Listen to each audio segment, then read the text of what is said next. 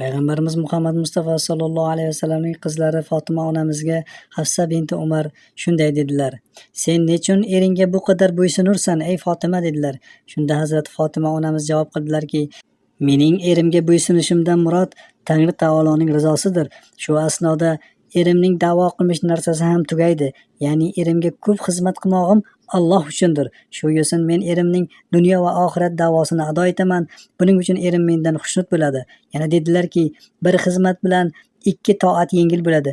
Ya'ni birinchisi Allohning rizosi bo'ladigan bo'lsa, ikkinchisi erimni xushnud qilishimdir dedilar. Yana dedilarki, Alloh taolo kalomida ayollarning erlariga bo'ysunmoqliklarini buyurganligini eslatib o'tdilar.